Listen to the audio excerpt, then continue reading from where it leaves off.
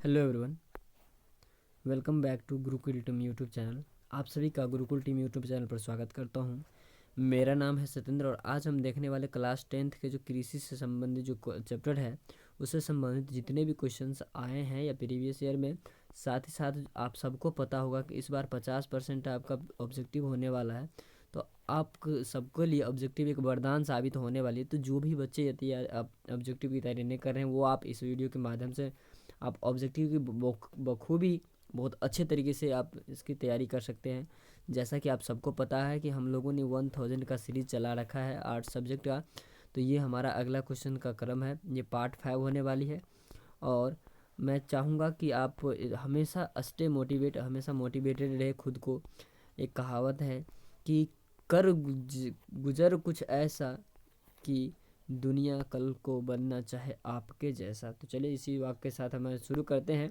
पहला क्वेश्चन है कि किन प्रदेशों में चावल की वाणिज्यिक कृषि की फसल उगाई जाती है। बाबू कॉमर्शियल पैसे के लिए कौन सा है ये? हरियाणा एक राज्य है जहाँ पे वाणिज्यिक कृषि की जाती है। हरियाणा इसका करेक्ट आंसर होगा। अगला क्वेश्चन है कि किस प्रदेश में चावल एक जीविका फसल है। तो बाबू उड़ीसा में चावल एक जीविका फसल है। अगला क्वेश्चन है कि कौन चावल के उत्पादन में भारत का कौन सा स्थान है। तो ये दूसरा स्थान है चावल के उत्पादन में भारत का। अगला क्वेश्चन है कि चावल उत्पादन के लिए कौन सी मिट्टी होती है। बाबू तो जलोढ़ मिट्टी और ऐसी मिट्टी जो नदियों द्वारा बहा कर लाई जाती है जलोढ़ मिट्टी कहलाती है। चावल किस प्रकार की कृषि उपज है। तो ये है जीवन निर्वाह कृषि है बाबू। कौन सा है? जीवन निर्वाह कृषि।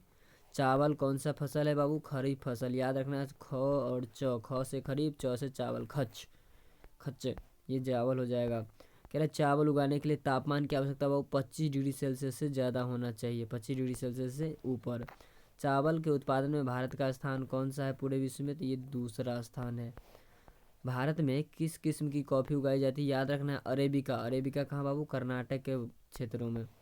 भारत की कितनी जनसंख्या कृषि कार्यों में संलग्न है? तो याद रखना बाबू 2/3 जनसंख्या है कृषि कार्यों में संलग्न है। भारत में उगाया जाने वाला मोटा अनाज निम्न में कौन सा है? तो सबको पता होगा कि ये ज्वार है भारत में मोटा अनाज। अगला क्वेश्चन की ओर बढ़ेंगे और ये देखते हैं कि भारत को निम्न में किस पौधे का मूल स्थान माना जाता है। तो ये जो भारत में कौन से पौधे बाबू? कपास के लिए इसका मूल स्थान माना जाता है। क्या होगा? कपास। भारत विश्व में निम्नलिखित अनाजों में किसका सबसे बड़ा उपभोक्ता है? तो बाबू यह है दाल का सबसे बड़ा उपभोक्ता है। अगला क्वेश्चन है कि भारत विश्व में निम्नलिखित में किस का अग्रणी उत्पादक और निर्यातक दोनों है। तो ये है बाबू चाय का। कौन है होगा? चाय।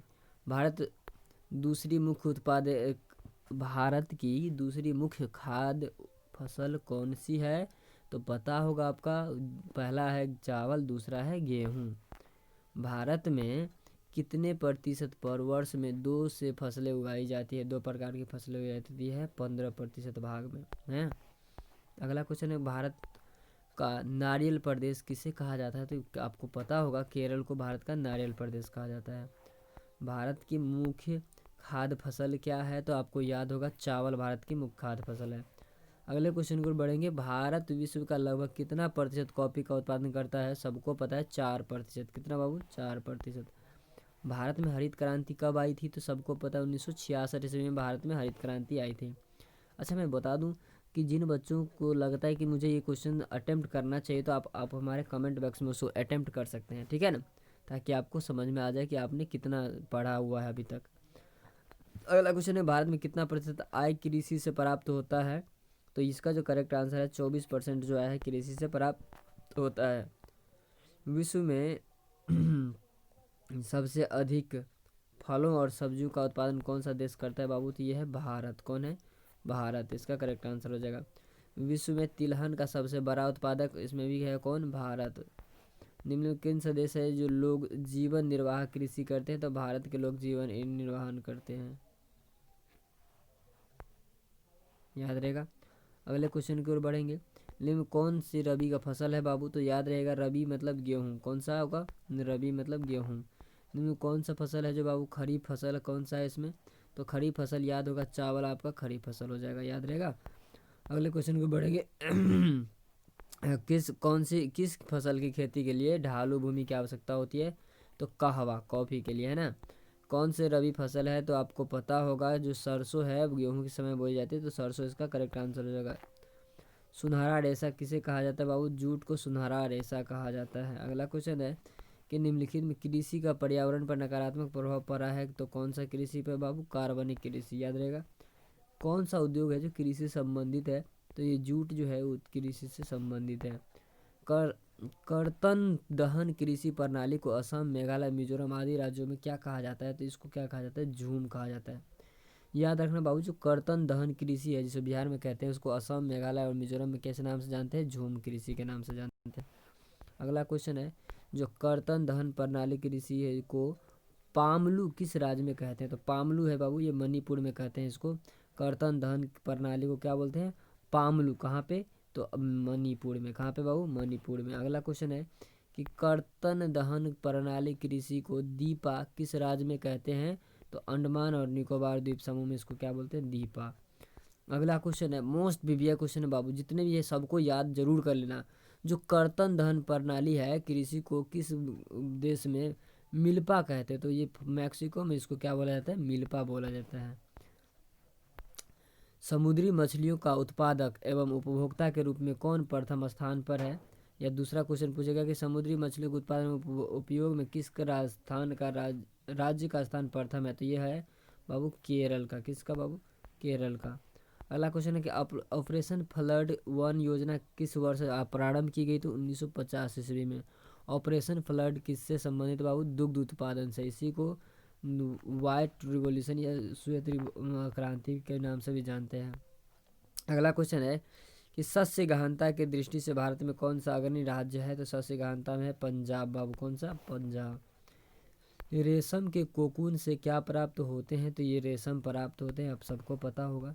असम और उत्तरी बंगाल में मुख्य रोपण फसल क्या है? तो ये आपका असम और ये हो गया आपका धान, इसका करेक्ट आंसर होगा। दूध के उत्पादन में लाई गई क्रांति को कौन सी क्रांति कहते हैं? तो बाबू ये सफ़ेद क्रांति के नाम से जानते हैं। किस क्रांति से? सफ़ेद क्रांति, याद रहेगा। फसल को बोने, बढ़ने और पकने के लिए उपयुक्त मौसम वाला समय क्या कहलाता है? ये कहलाता है वर्धन काल। क्या कहलाएगा बाबू? वर्धन काल। अगला क्वेश्चन है कि दक्षिण भारत में सर्वाधिक गन्ना उत्पादन राज्य कौन सा है? तो ये महाराष्ट्र है बाबू। कौन सा है? महाराष्ट्र है। अगला क्वेश्चन है कि सूती कपड़ा उद्योग में निम्न में कौन मुख्य कच्चा माल है? तो इसका करेक्ट आंसर होगा कपास। कौन होगा? कपास।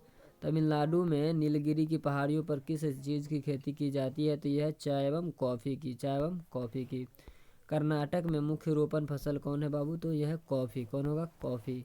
खरीफ फसलें किस महीने में काट ली जाती है? तो यह सितंबर अक्टूबर में ये क्या कर जाती है? काट ली जाती है। प्राचीन काल में कृषि करने की विधि निम्न में कौन सी है? तो यह स्थानांतरित कृषि है जो प्राचीन काल से होती आ रही है। बलुआ और उथली काली मिट्टी पर निम्न में कौन सी फसल उगाई जाती है बाबू? तो यह है बाजरा। कौन होगी? बाजरा। अगला क्वेश्चन, रागी का सबसे बड़ा उत्पादक राज्य कौन है? तो रागी का सबसे बड़ा उत्पादक राज्य है कर्नाटक। कौन है बाबू? कर्नाटक। दाल किस पौष्टिक अंश है? तो बाबू दाल में सबसे ज़्यादा क्या होता है? प्रोटीन होता है। कई बार क्वेश्चन पूछा हुआ आपके एग्जाम में। आम के उत्पादन में विश्व में कौन सा स्थान देश अग्रणी है? तो यह है भारत। कौन होगा? भारत। कृषि भारत में कितने प्रतिशत आबादी को रोजगार अवसर प्रदान करता है? तो ये 53.8% को। कितना? 53.8%। कौन सी ऐसी फसल है जो खाद्यान्न तथा चारा दोनों रूप में उपयोग होती है? मक्का बाबू खाद्यान्न एवं चारा दोनों के रूप में उपयोग होती है। एक उष्ण और उपोष्ण कटिबंधीय फसल कौन सी है? गन्ना एक उष्ण और उपोष्ण कटिबंधीय फसल है। अनानास उत्पादन में अग्रणी राज्य कौन सा है बाबू? तो ये है मेघालय। कौन है? मेघालय। अगला क्वेश्चन है कि हरित क्रांति का प्रमुख उपज क्या है? तो ये होगा गेहूँ। क्या होगा? गेहूँ। अगला क्वेश्चन है बाबू कि हरी चाय का सबसे बड़ा उत्पादक राज्य कौन है? तो हिमाचल प्रदेश। को क्या हो जाएगा? हिमाचल प्रदेश। दीपा, पामलू, झूम आदि किस कृषि के नाम है? तो यह है कर्तन दहन प्रणाली का। कौन सा? कर्तन दहन प्रणाली। रबी की फसल कब बोई जाती है बाबू? तो ये शीत ऋतु में क्या होती है? बोई जाती है, जैसे कि आपका ठंड का टाइम है। गन्ने की फसल तैयार होने में लगभग कितना समय लगता है? तो ये 1 वर्ष का समय लग जाता है। कह रहा गरीबी रेखा के नीचे बसर करने वाला बीपीएल और ऊपर बसर करने वाला एपीएल, याद रहेगा। कह रहा सर्वप्रथम अंग्रेजों द्वारा चाय की कृषि कहाँ और कब प्रारंभ की गई थी? तो ये ब्रह्मपुत्र घाटी में 1840 ईस्वी में प्रारंभ की गई थी। भारत में 90% लोग सोयाबीन पैदा करते हैं, तो ये कहाँ पे है? मध्य प्रदेश एवं महाराष्ट्र में, मध्य प्रदेश एवं महाराष्ट्र में। चावल किस प्रकार की जलवायु का पौधा है? तो बाबू याद रहना, उस आर्द्र उष्ण आर्द्र का। बाजरा का सबसे बड़ा उत्पादक राज्य कौन सा है बाबू? तो बाजरा का सबसे बड़ा उत्पादक राज्य है राजस्थान। कौन होगा? राजस्थान। ज्वार का सबसे बड़ा उत्पादक राज्य कौन है बाबू? महाराष्ट्र। क्या होगा? महाराष्ट्र। अगला क्वेश्चन है, गहन आजीविका कृषि क्षेत्र किन क्षेत्रों में की जाती है? तो जहाँ भूमि पर जनसंख्या का दबाव क्या हो? अधिक होता है। काली मिट्टी उपयुक्त होती है किसके लिए बाबू? कपास के लिए। किसके लिए? कपास के लिए। तो ये जो हमारा 69 क्वेश्चन था, जो एग्रीकल्चर या कृषि संबंधित था, तो आई होप कि आपको बहुत ही अच्छा लगा होगा देखने में। साथ ही यदि आप यदि हमारे साथ कोई किसी तरह का आपको यदि कोई दिक्कत है, तो आप कमेंट बॉक्स में कमेंट करें, और इस वीडियो को लाइक, शेयर एंड सब्सक्राइब जरूर करें, ताकि आपके दोस्तों को भी इसका नॉलेज मिल सके और आप अपनी तैयारी को में चार चांद लगा सकते हैं। ठीक है, तो thank you for watching this video. God bless you all.